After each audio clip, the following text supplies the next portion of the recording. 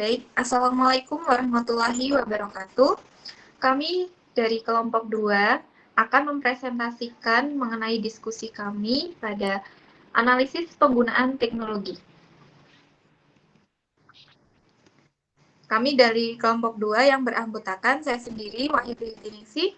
Saya Ulfi Mansyarah. Saya Siti Marfuah. Saya Sari Salgo Perdana.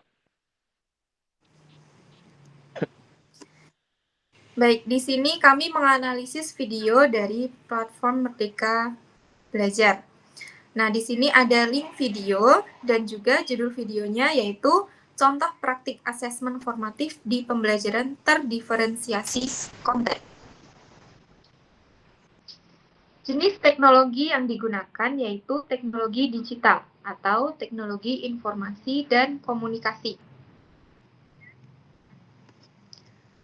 Selanjutnya, jenis multimedia yang digunakan yaitu audiovisual, audio yang memanfaatkan platform Merdeka Belajar atau PMM. Selanjutnya yaitu kekuatan atau keunggulan teknologi dan multimedia yang digunakan. Dalam video yang kita analisis itu media yang digunakan adalah video pembelajaran. Nah, di sini kekuatannya yaitu dapat menunjukkan praktik penerapan teori menghitung volume gabungan bangun ruang secara audio dan visual. Memberikan contoh nyata langkah-langkah dalam menghitung volume gabungan bangun ruang dengan jelas. Memfasilitasi peserta didik yang memiliki gaya belajar visual maupun auditori. Selanjutnya, memberikan daya tarik terhadap materi, sehingga meningkatkan pemahaman belajar peserta didik untuk menyelesaikan tugasnya. Kemudian meningkatkan kemandirian belajar karena peserta didik didorong untuk menganalisis materi yang ditampilkan di dalam video. Selanjutnya akan dibacakan oleh Mbak Siti Marfuah.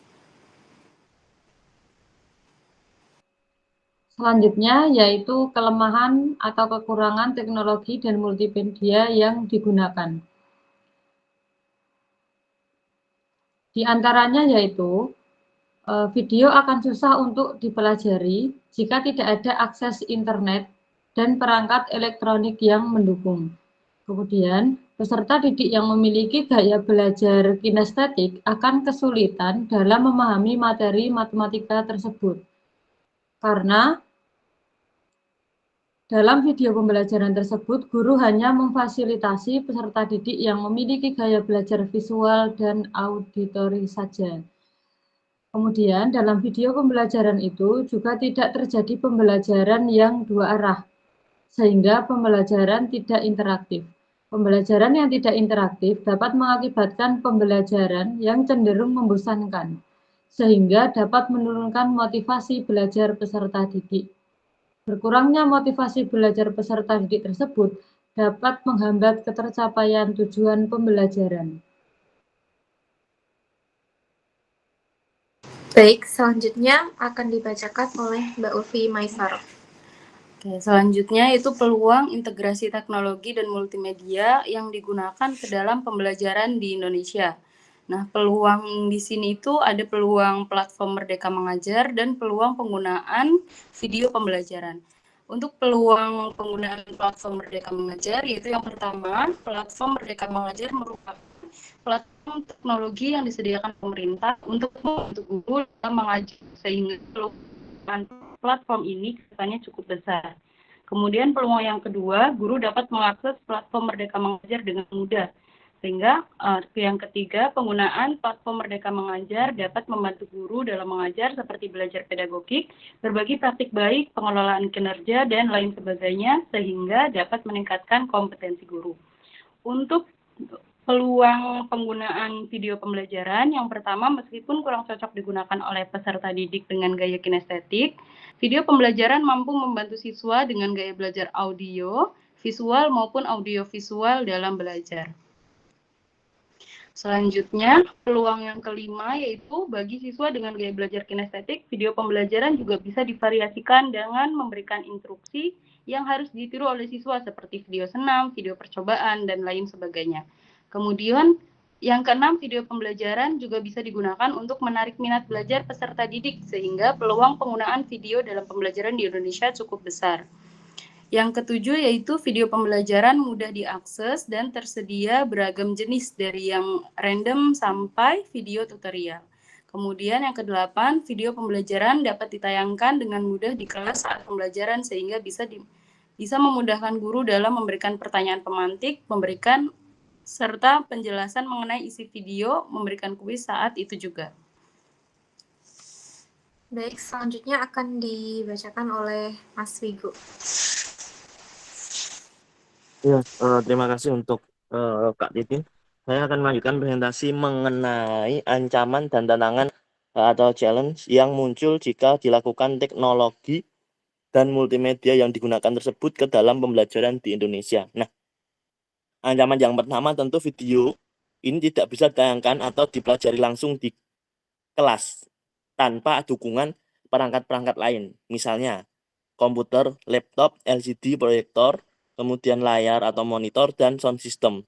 Jadi di sini video-video yang ada di PMM ini harus ada perangkat lain, dalam artian untuk pembelajaran di kelas harus didukung oleh perangkat multimedia elektronik lain seperti komputer sebagai pengayang, kemudian LCD sebagai pembesar ukuran, kemudian layar monitor sebagai tampilan, dan sound system sebagai suara, penghasil suara. Kemudian yang kedua yaitu ancamannya.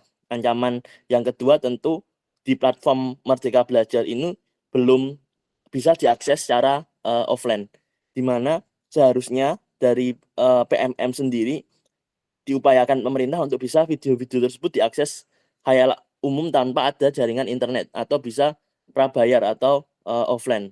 Karena apa?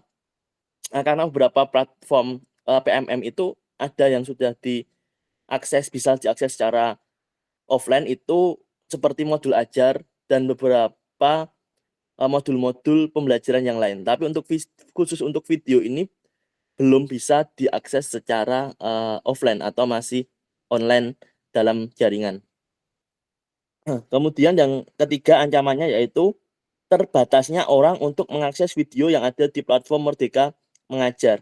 Nah, hal ini ditandai dengan perlunya akun Google yang terdaftar di admin data pusat untuk masuk dan mencari video pembelajaran yang ada di platform Merdeka Belajar. Nah, maksudnya di sini jadi untuk seluruh guru maupun siswa dan semua aktivitas akademika yang ada di Indonesia itu harus memiliki akun untuk mengakses PMM ini agar bisa menjelajah seluruh fitur-fitur yang ada di PMM. Nah, menurut kelompok kami ini ancaman ini merupakan suatu ancaman ya yang harusnya PMM ini bisa diakses oleh semuanya. Jadi mungkin kedepannya akan dibuatkan akun guys atau akun tamu yang nantinya bisa digunakan oleh teman-teman yang ada di luar yang bukan sebagai mengkritisi bidang pendidikan atau bekerja di bidang pendidikan, dalam artian mereka bisa melihat apa saja yang ada pada platform Merdeka Belajar ini.